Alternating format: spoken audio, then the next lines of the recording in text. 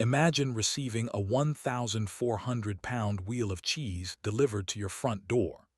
Now imagine that door belongs to the White House, and you're expected to graciously accept this dairy monstrosity with a smile while the entire nation watches.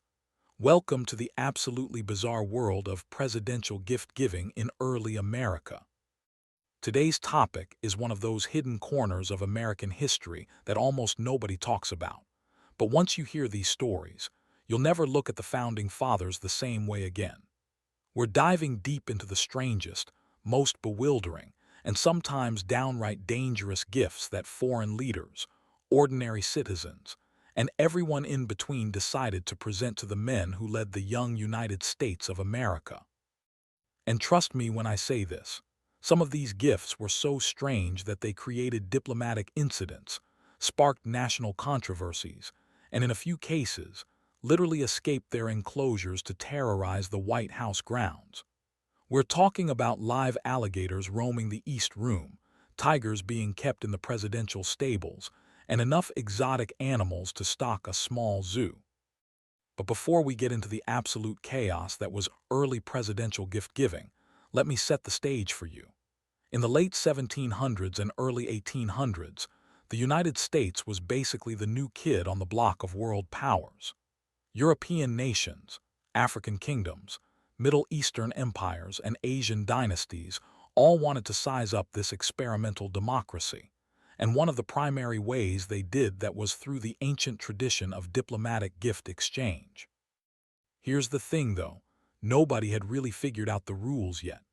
The Constitution actually has a clause about gifts from foreign powers, stating that no person holding office shall accept any present from a foreign state without the consent of Congress. But the practical application of this rule was, shall we say, flexible. Very flexible. Flexible enough that presidents ended up keeping live animals, priceless jewels, and enough random objects to fill several museums. So buckle up, because we're about to take a journey through some of the most peculiar moments in American presidential history. And I promise you, by the end of this video, you'll have at least a dozen new stories to share at your next dinner party. Let's start at the very beginning with the man who set every presidential precedent, George Washington. Now, Washington had a unique problem that no other president would ever face in quite the same way. He wasn't just the first president. He was actively creating the role as he went along. Every decision he made, every gift he accepted or refused, would set the tone for generations to come. Washington received countless gifts during his time as both a general and as president, but some of them were genuinely bizarre. One of the first strange gifts came not from a foreign power, but from the Marquis de Lafayette, the French aristocrat who had become one of Washington's closest friends during the Revolutionary War. In 1790, Lafayette sent Washington a rather unusual present, the key to the Bastille. Now you might be thinking, that's not strange, that's historically significant. And you'd be right. But here's the context that makes it fascinating. The Bastille had just fallen the year before, marking the beginning of the French Revolution. Lafayette, who was deeply involved in the early stages of that revolution, wanted to symbolically connect the American and French fights for liberty. But imagine receiving, essentially, the key to a prison. Not just any prison, but the most infamous symbol of tyranny in France. Washington accepted it graciously, and today that key still hangs in Mount Vernon, right where Washington placed it. But at the time, there was genuine debate about whether accepting such a politically charged gift was wise. Some worried it would signal American support for what was becoming an increasingly violent revolution in France. Washington's diplomatic gift-receiving skills were put to the test constantly. The Emperor of Morocco sent him a rather magnificent lion skin, along with a letter expressing hopes for trade relations. Washington, ever the pragmatist, kept the lion skin, but was careful about how he responded diplomatically. The gift was essentially a power move. Morocco was showing off its connections to Africa's exotic wildlife, while also subtly reminding the young American nation that Morocco had been one of the first countries to recognize American independence. But perhaps one of the strangest categories of gifts Washington received was what I'll call personality cult merchandise. You see, Washington was so beloved that people constantly sent him items they had made in his honor. This included portraits painted by enthusiastic but not particularly skilled artists, sculptures that looked only vaguely like him, commemorative plates, engraved silverware, and enough decorative snuff boxes to start a museum collection. One French admirer sent Washington a clock that featured a mechanical figure of the general himself, which would strike a pose every time the hour chimed. Another sent him a framed arrangement of human hair woven into an elaborate pattern depicting the American eagle. Yes, you heard that correctly. Human hair art was considered a thoughtful and not at all creepy gift in the 18th century. Washington had to figure out what to do with all of this stuff. He couldn't throw it away, that would be insulting. He couldn't use most of it, because really, how many commemorative snuff boxes does one person need? So he did what future presidents would also learn to do. He stored it, displayed the most significant pieces, and tried very hard to seem grateful for everything. But if Washington had to navigate the early waters of presidential gift-giving, Thomas Jefferson practically drowned in them. And no gift in American history quite captures the absurdity and the glory of early presidential presents like the famous, or perhaps infamous, mammoth cheese. Let me set this scene for you properly, because this story is too good to rush. It was 1801, and Thomas Jefferson had just won one of the most contentious elections in American history.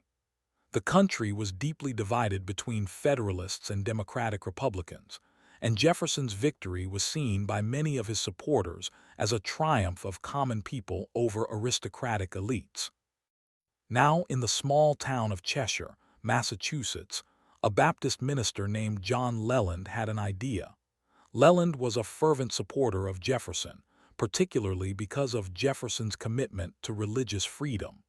The Baptist community in New England had faced discrimination and persecution for generations, and they saw Jefferson as their champion. So Leland convinced the entire town to do something unprecedented. They would make the largest cheese ever created as a gift for the new president. This wasn't going to be a family-sized wheel of cheddar. Oh no, this was going to be a statement. The women of Cheshire gathered on a single day to milk every cow in the town. We're talking about over 900 cows being milked specifically for this project. The resulting milk was combined and processed into a single enormous cheese that measured over 4 feet in diameter, was 18 inches thick, and weighed a staggering 1,435 pounds. But wait, there's more. The cheese was inscribed with the motto, "Rebellion to tyrants is obedience to God," which was actually one of Jefferson's favorite sayings. They weren't just making a cheese. They were making a political statement that weighed literally as much as a small car. The logistics of getting this cheese from rural Massachusetts to Washington, D.C. were absolutely nightmarish. Remember, this was 1801. There were no trucks, no refrigeration, and the roads were barely more than rutted paths through the wilderness. The cheese was loaded onto a specially built sled, and John Leland personally accompanied it on the journey south. The trip took 3 weeks. 3 weeks of traveling with a nearly 3/4-ton wheel of cheese in the winter weather. When the cheese finally arrived at the White House on New Year's Day, 1802, it was a sensation. Newspapers across the country reported on the mammoth cheese, and crowds gathered to witness its delivery. Jefferson, being Jefferson, approached this gift with characteristic intellectualism. He insisted on paying for the cheese, offering $200, a considerable sum at the time, because he didn't want to appear to be accepting valuable gifts from supporters. This was somewhat undercut by the fact that he then served the cheese at White House functions for the next 2 years. That's right, this cheese was so massive that despite being served at every major White House event, it wasn't fully consumed until 1804. Some reports suggest that remnants of it lingered even longer than that, growing increasingly pungent in the White House basement. The mammoth cheese became such a cultural phenomenon that it inspired copycat cheeses for future presidents and became a symbol of grassroots American democracy. The idea that ordinary farmers could band together to create something monumental for their president captured the imagination of the young nation. But the mammoth cheese was far from Jefferson's strangest gift. As a man of science and learning, Jefferson attracted gifts from intellectuals, inventors, and explorers around the world. Some of these gifts were fascinating, others were deeply weird. One gift that deserves special attention came from the Bey of Tunis, who was essentially the ruler of what is now Tunisia. At the time, the Barbary Coast states were a major concern for American shipping, as pirates from these regions regularly captured American sailors and held them for ransom. Jefferson, both as Secretary of State and later as President, spent enormous energy dealing with the Barbary situation. The Bey of Tunis, seeking to maintain diplomatic relations with the United States, sent Jefferson a collection of gifts that was meant to impress and intimidate in equal measure. This collection included elaborately decorated weapons, swords with jeweled hilts, ornate pistols, and ceremonial daggers. It also included bolts of expensive fabric, exotic spices, and perfumes. But the strangest items in this diplomatic gift package were several live horses of Arabian breeding. Now, horses might not seem strange, but the logistics of shipping horses across the Atlantic Ocean in the early 1800s were absolutely insane. Many animals didn't survive the journey. Those that did arrived traumatized and often sick. Jefferson, being the gentleman farmer that he was genuinely delighted by the horses. He bred them with his existing stock at Monticello, and their descendants continued to influence Virginia horse breeding for generations. But the gifts also created a constitutional headache. These were clearly valuable presents from a foreign power, and Jefferson had to navigate questions about whether he could keep them personally or whether they belonged to the nation. Speaking of live animals, this seems like the perfect time to talk about Jefferson's other animal gifts. During his presidency, Jefferson received 2 grizzly bear cubs from the explorers Lewis and Clark. Let me repeat that for emphasis. The President of the United States was given 2 baby grizzly bears. Lewis and Clark had captured these cubs during their famous expedition to explore the Louisiana Purchase territory. Knowing that Jefferson was intensely interested in natural history and had specifically asked them to document the wildlife they encountered, they thought, and I'm genuinely not sure what they were thinking here, that the president would enjoy having living specimens. The bears arrived in Washington and were initially kept in a cage on the White House grounds. For several months, the President of the United States had grizzly bears as, essentially, pets. Visitors to the White House could view them, and they became something of a tourist attraction.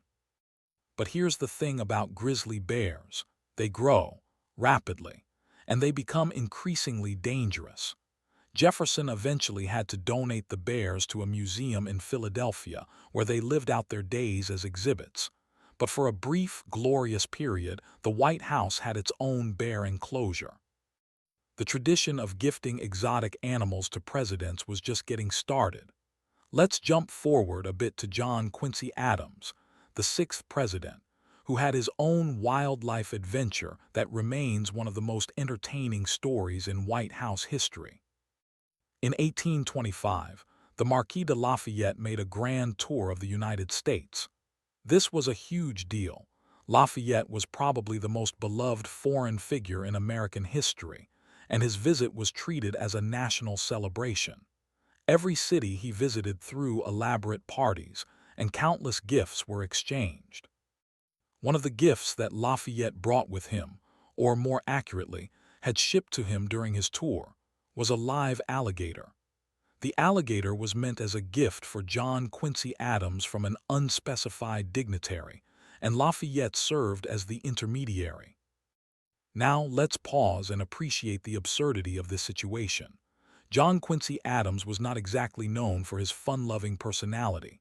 He was stern, intellectual, and perhaps the most qualified person ever to hold the presidency in terms of his prior experience. He had been a diplomat, a senator, secretary of state, and had spent virtually his entire adult life in public service. And now he had an alligator. The question of what to do with this alligator became a genuine administrative challenge. The White House wasn't exactly equipped for reptile husbandry. The solution that Adams came up with was characteristically practical and also completely insane. He kept the alligator in one of the White House bathrooms. Yes, you read that correctly. For approximately 2 months, a live alligator resided in a bathtub in the East Room of the White House. Some historians have disputed the exact location. Some say it was actually kept in a bathroom. Others suggest it was a room that contained a large tub used for various purposes. But the essential fact remains: there was a presidential alligator. Adams reportedly enjoyed showing the alligator to visitors. There's something almost comical about imagining this serious, scholarly man surprising guests with his pet reptile. "Would you like to see the alligator?" he would ask, leading them to the East Room for a viewing. Eventually, the alligator was donated to a museum or natural history collection. The historical records aren't entirely clear on its final destination. But the image of John Quincy Adams keeping an alligator in the White House perfectly captures the weird, wonderful chaos of early presidential gift-giving. We're not done with strange animal gifts, not by a long shot. Let's talk about Martin Van Buren and the tiger cubs. Van Buren, the 8th president, was known as something of an elegant, refined gentleman.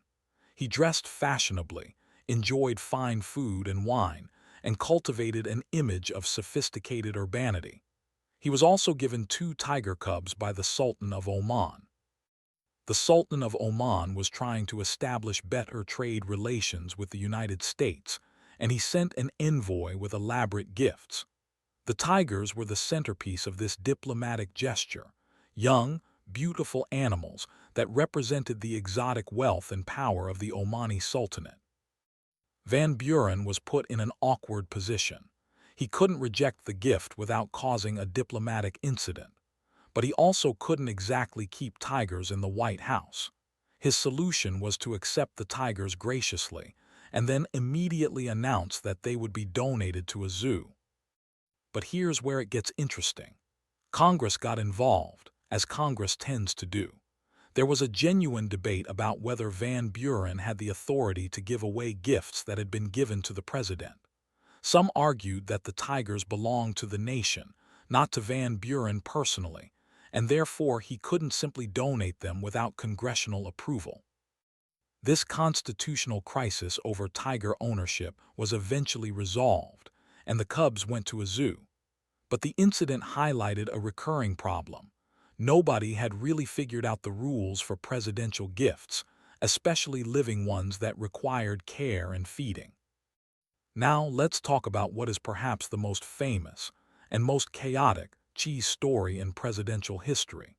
Because while Jefferson's mammoth cheese gets all the attention, Andrew Jackson's cheese situation was arguably even more dramatic. In 1835, a New York dairyman named Colonel Thomas Meacham decided to follow in the footsteps of the Cheshire cheesemakers.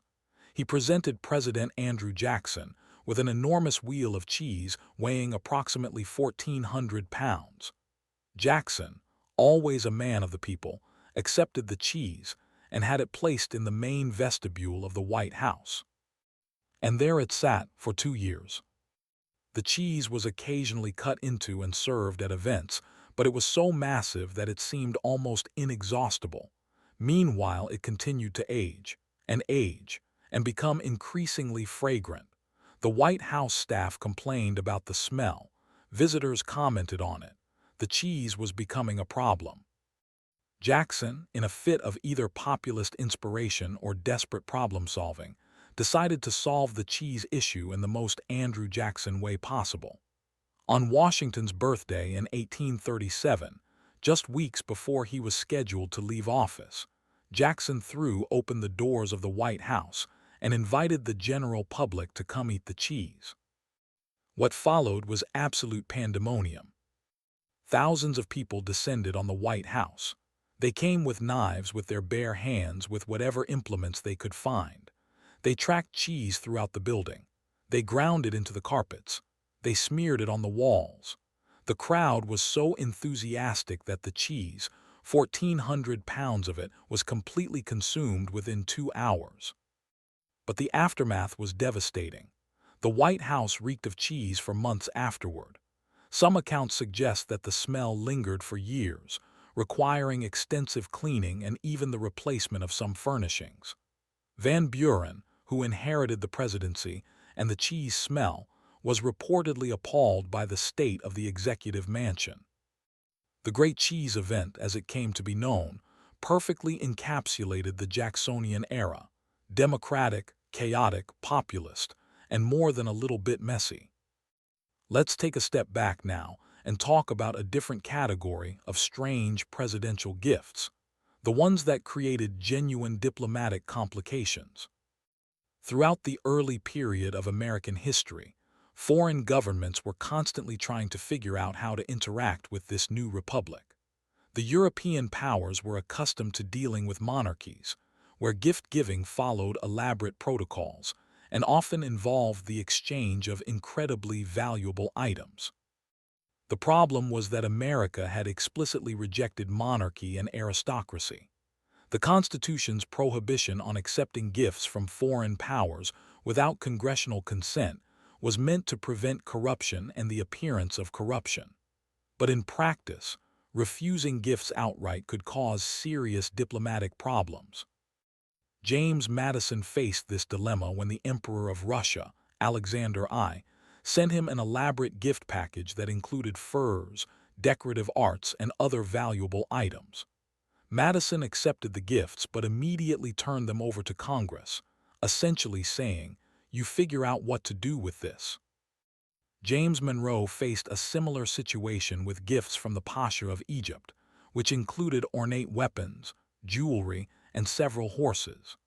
Monroe also passed the buck to Congress, which eventually decided that such gifts should be kept by the government and displayed or stored appropriately. These incidents led to the gradual development of what would eventually become standardized protocols for handling presidential gifts. But in the early days, each gift was essentially dealt with on a case-by-case basis, creating confusion and occasional controversy. One of the most diplomatically sensitive gift situations involved John Tyler and a series of presents from the Emperor of China. This gift exchange was particularly significant because it represented one of the earliest direct diplomatic contacts between the United States and China. In 1844, Tyler sent a diplomatic mission to China that successfully negotiated the Treaty of Wangxia, which opened Chinese ports to American trade. The Chinese emperor sent gifts back with the returning delegation, including silk robes, porcelain, tea, and various decorative objects. But the most intriguing aspect of this gift exchange was what it revealed about cultural differences. The American delegation had brought gifts for the emperor that they thought were impressive, examples of American manufacturing and technology. The Chinese court was, shall we say, unimpressed. To them, these American goods seemed crude and unsophisticated. Meanwhile, the Americans weren't entirely sure what to make of the Chinese gifts. The silk robes were beautiful, but wearing them would seem like imitating royalty. The porcelain was exquisite, but it wasn't clear whether it should be displayed publicly or kept private. These cross-cultural gift exchanges in the early period of American diplomacy often revealed how little each side understood about the other. Gifts that seemed appropriate or impressive in one culture might be confusing or even insulting in another. Speaking of cultural misunderstandings, let's talk about the gifts that came from Native American nations. This is a complex topic because the relationship between the U.S. government and Native peoples was marked by treaties, conflicts, and ultimately, enormous injustice. But within that complicated history, there were moments of genuine diplomatic exchange, including gift-giving. Various Native American leaders gave gifts to early presidents, and these exchanges were loaded with political and cultural significance. When Native delegations visited Washington, they often brought items that represented their cultures and their diplomatic intentions: peace pipes, decorated clothing, weapons, and wampum belts. Thomas Jefferson received numerous gifts from Native leaders, which he collected with genuine interest as examples of what he called Indian genius. He was fascinated by the craftsmanship and artistry of these items, even as his policies contributed to the displacement of Native peoples. One particularly poignant gift exchange occurred between William Henry Harrison and Tecumseh, the Shawnee leader who had organized a broad confederation of Native peoples to resist American expansion. Before their relationship deteriorated into open warfare, there were moments of diplomatic gift exchange that hinted at what might have been possible under different circumstances. These gifts from Native nations remind us that the early United States existed within a complex web of relationships with many different peoples and powers, each with their own traditions of diplomacy and gift-giving. Let's shift gears and talk about some of the strangest personal gifts that early presidents received, not from foreign powers or political supporters, but from ordinary Americans who just wanted to express their admiration. George Washington was particularly burdened with these offerings. As the most famous man in America, he received a constant stream of unsolicited presents, and many of them were truly bizarre. One farmer sent Washington a wagon full of corn, claiming it was the finest corn ever grown in America and that Washington deserved nothing less. Washington, ever polite, wrote a thank you note while probably wondering what exactly he was supposed to do with a wagon of corn. Another admirer sent Washington a set of false teeth made from hippopotamus ivory.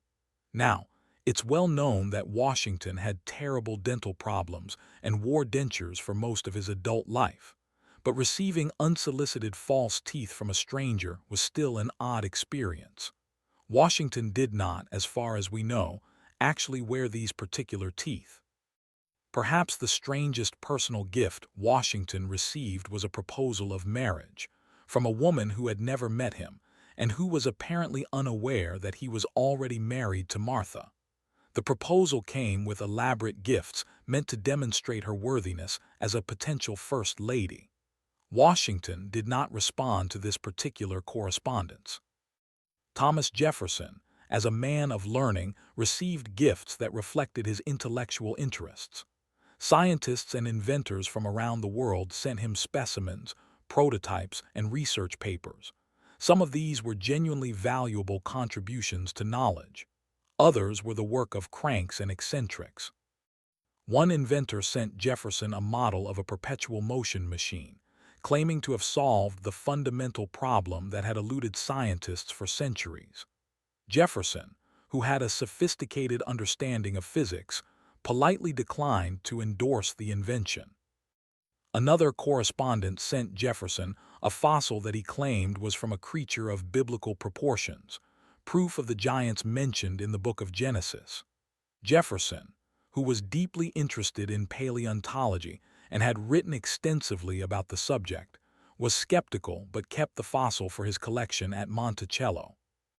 But perhaps the strangest gift Jefferson received came from a French admirer who sent him a live pair of sheep.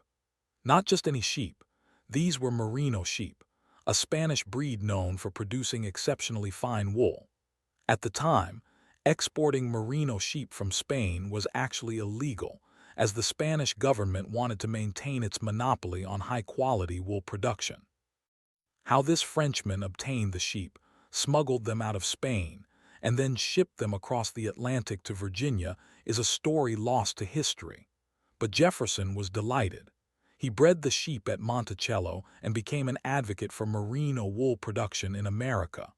Sometimes the strangest gifts turn out to be the most valuable. Let's talk about gifts that presidents received but probably shouldn't have accepted. the ones that crossed ethical lines or created appearances of impropriety. The early period of American history was marked by a generally looser understanding of ethics than we have today. What would now be considered clear conflicts of interest were sometimes overlooked or excused. But even by the standards of the time, some gifts raised eyebrows.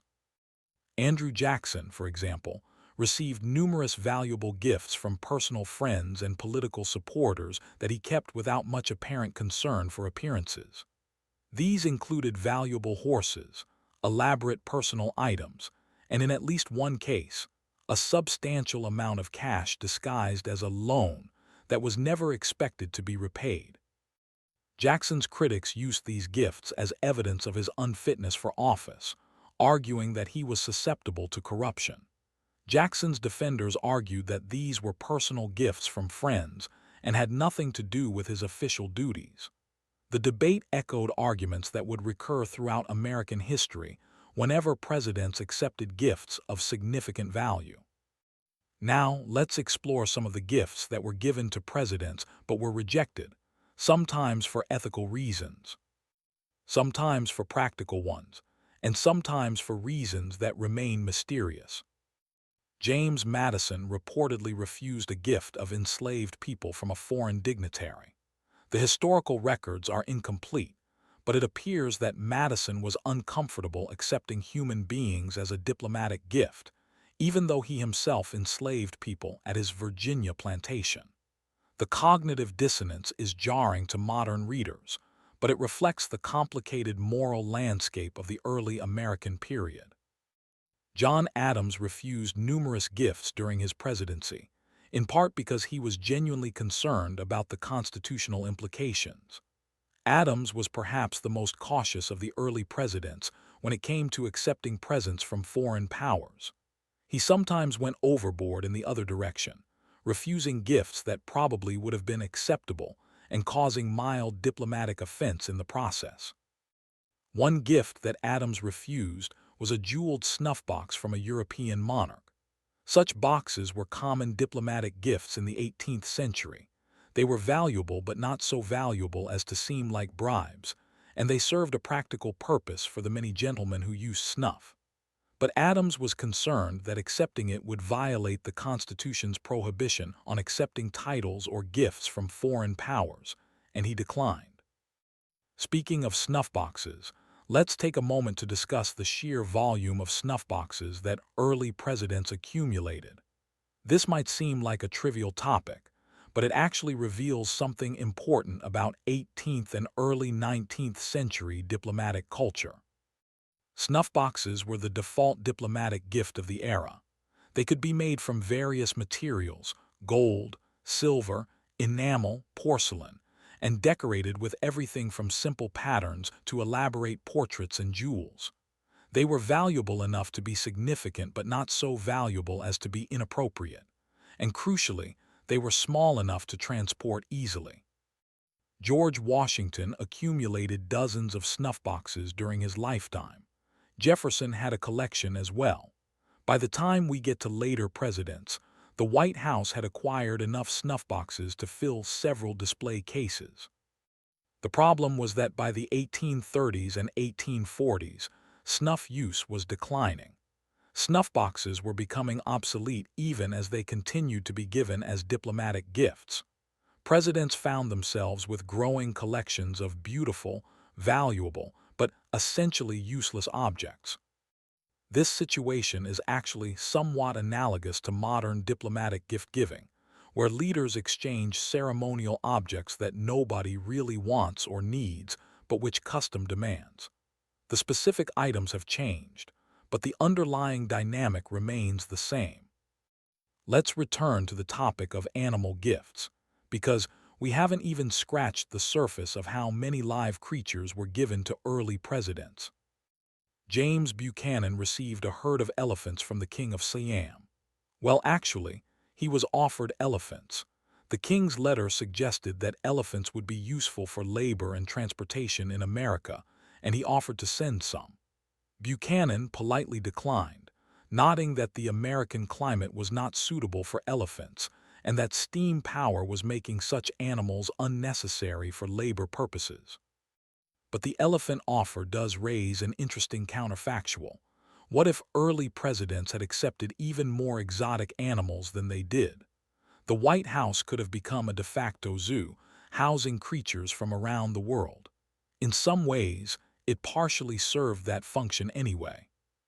Franklin Pierce received a collection of birds from foreign admirers, including several that he kept in the White House Conservatory.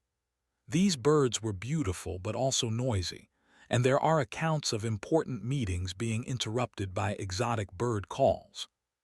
Now, let's talk about some of the most valuable gifts given to early presidents, the ones that raised the most serious questions about ethics and propriety.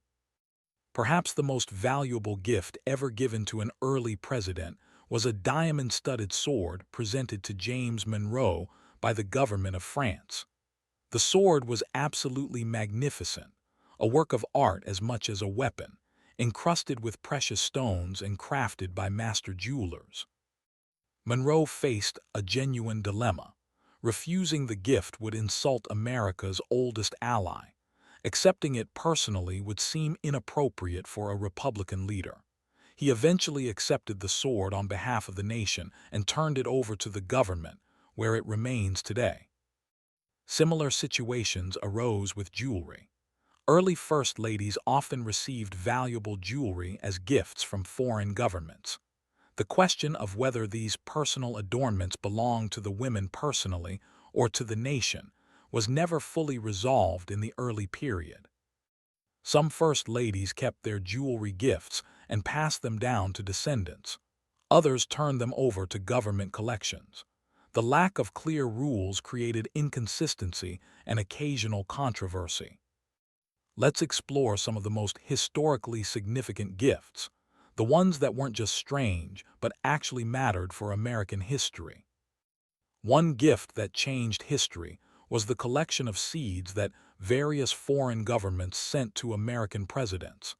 This might seem boring compared to alligators and tiger cubs, but these seeds had enormous practical impact.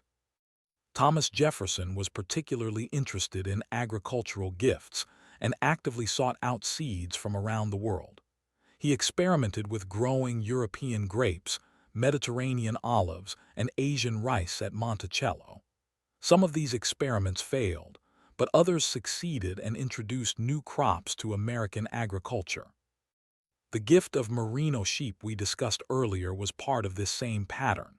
Foreign governments and private individuals gave American presidents agricultural specimens, seeds, plants, and animals that helped diversify and improve American farming. These might have been strange gifts in one sense, but they were also genuinely useful. Another category of historically significant gifts involved books and documents. Early presidents received extensive gifts of books from authors, publishers, and foreign governments hoping to influence American thought. John Adams received an enormous personal library as gifts over the course of his lifetime. Many of these books were given by authors hoping for endorsements or favorable reviews. Adams, being Adams, wrote extensive marginalia in these books, sometimes agreeing with the authors and sometimes savagely criticizing them. Jefferson, of course, had the most famous book collection of any early president. While many of his books were purchased rather than gifted, he did receive numerous volumes as presents. His library eventually became the nucleus of the Library of Congress after the British burned the original collection during the War of 1812. The gift of books might seem unremarkable to modern readers, but in the early American period, books were expensive and difficult to obtain. A gift of books was a genuinely significant gesture, and the specific books that presidents received helped shape their thinking on important issues. Let's discuss some of the gifts that were strange because of their timing or context rather than their content. During the War of 1812, while British forces were literally burning Washington, D.C., diplomatic gift exchanges continued with nations not involved in the conflict. The surreal juxtaposition of receiving ceremonial presents while the nation's capital was in flames highlights how diplomatic rituals continued regardless of circumstances. Similarly, during periods of intense partisan conflict, and the early American period had plenty of those, presidents continued to receive gifts from supporters and opponents alike. Some of these gifts were genuine expressions of goodwill. Others were meant to send political messages or even to mock. Andrew Jackson received numerous gifts that were essentially political satire disguised as presents. Opponents sent him mock crowns to suggest he was acting like a king. Supporters sent him hickory canes and other items associated with his Old Hickory nickname. The line between genuine gift and political statement was often blurred. Now let's talk about what happened to all these gifts after presidents left office or died. The question of ownership, who really owns a presidential gift, has never been fully resolved in American law. In the early period, presidents generally kept their gifts personally. They took them home when they left office, and they were disposed of as part of their personal estates when they died. George Washington's Mount Vernon home is still filled with gifts he received during his lifetime. Jefferson's Monticello similarly contained many gifts, though most of his belongings had to be sold after his death to pay his enormous debts. Some gifts ended up in museums, either through presidential donations or through later purchases. The Smithsonian Institution, established in 1846, became a repository for many presidential gifts, and subsequent museums and libraries have collected others. But many gifts simply disappeared, lost, destroyed, or absorbed into private collections where they were forgotten. We know about some gifts only through letters and contemporary accounts. The objects themselves are gone. The strangest aspect of early presidential gift-giving might be how it reflected America's uncertain place in the world. The young United States was constantly trying to figure out how to interact with older, more established nations, and gift exchanges were one arena where this uncertainty played out. When the Barbary States sent elaborate presents to American presidents, they were treating the U.S. the same way they treated other tributaries and potential allies. The gifts were meant to impress, but also to establish a particular kind of relationship, one where the giver held superior power. American leaders bristled at these implications. They wanted to be treated as equals, not as subordinates, but they also couldn't afford to refuse gifts outright and cause diplomatic problems. The solution was often to accept the gifts while trying to reframe their meaning. Similarly, when European powers sent gifts to American presidents, there was often an element of condescension involved. These ancient monarchies didn't quite know what to make of this upstart republic, and their gifts sometimes reflected curiosity mixed with skepticism. American presidents navigated these dynamics as best they could, accepting gifts graciously, while trying to maintain the dignity and independence of their new nation. It was a delicate balancing act, and the strange gifts they received were symptoms of a broader uncertainty about America's role in the world. As we approach the conclusion of our journey through the strange gifts given to early presidents, let's reflect on what these stories tell us about the early American period. First, they remind us that the presidency was an evolving institution. There were no rule books, no established protocols, no tradition to fall back on. Each president had to figure out how to handle gifts and everything else, largely on his own. The rules we take for granted today were developed through trial and error over many decades. Second, these stories humanize the founding fathers and early presidents. We often think of these men as marble statues, frozen in dignified poses. But they were real people who had to deal with unexpected live alligators, overwhelming quantities of cheese, and unsolicited false teeth. They probably laughed at some of these situations, and they definitely complained about others. Third, the gifts reveal the extensive connections between the young United States and the rest of the world. America was never as isolated as we sometimes imagine. From its earliest days, the nation was engaged in diplomatic relationships with countries around the globe, and gift exchanges were one expression of these connections. Finally, the strange gifts given to early presidents remind us that history is often funnier and weirder than we expect. The past wasn't a serious place where serious people did serious things all the time. It was a place full of human beings who made mistakes, had peculiar ideas, and sometimes found themselves in absurd situations. Before we wrap up, let's highlight a few more quick stories that deserve mention. Zachary Taylor received a bottle of milk from a particularly patriotic dairy farmer who claimed it came from the most American cow in the nation. The milk arrived spoiled after its journey to Washington. Millard Fillmore was gifted a bathtub, which he actually had installed in the White House, one of the first bathtubs in the executive mansion. While this might seem normal today, at the time it was considered somewhat exotic. Franklin Pierce received a Japanese samurai sword as part of the gifts exchanged during the opening of Japan to Western trade. The sword was exquisite, but also somewhat awkward. Pierce had no idea what to do with it and eventually passed it on to the State Department.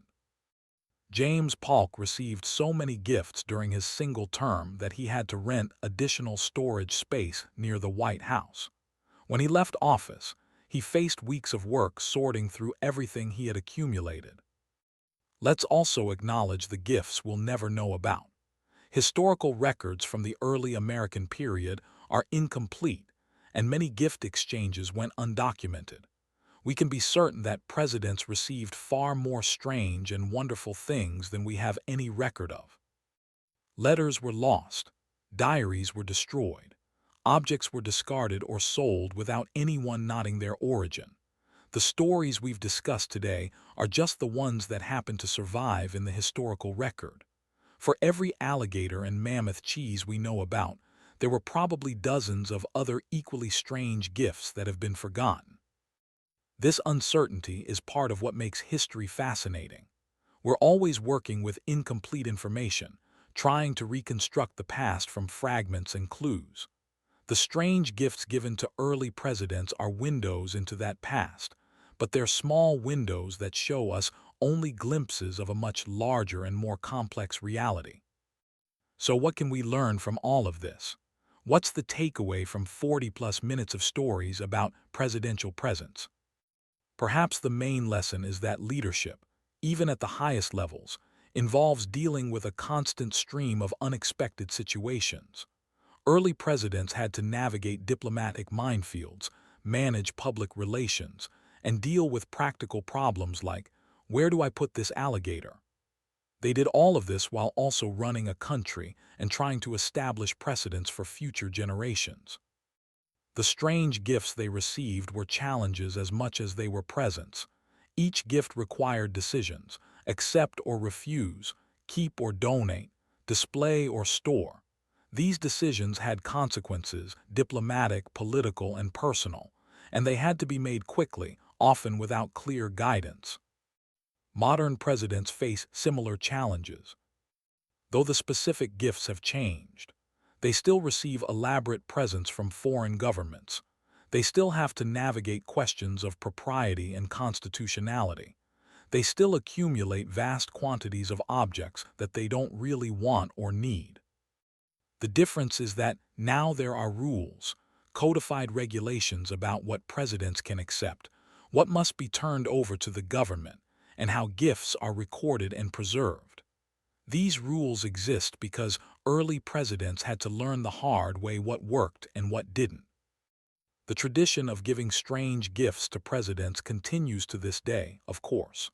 Modern presidents receive everything from exotic animals, which are now routinely donated to zoos, to fine art to technological gadgets. The specific items change, but the underlying dynamic remains remarkably consistent. Foreign leaders still use gifts to signal their intentions and test their relationships with America.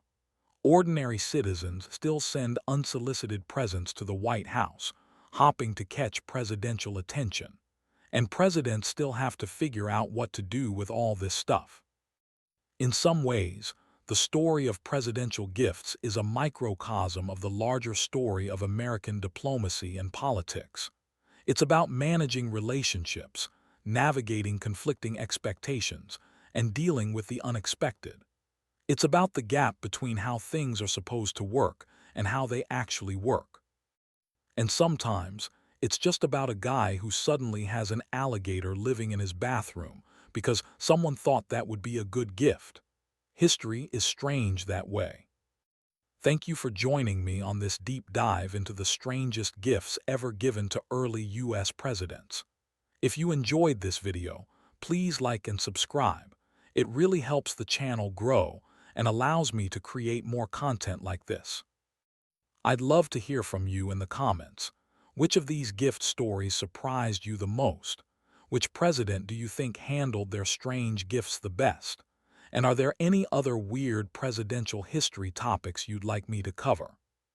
History is full of these hidden stories, moments that didn't make it into the textbooks but that reveal so much about who we were and who we've become. I'll keep digging them up and sharing them with you.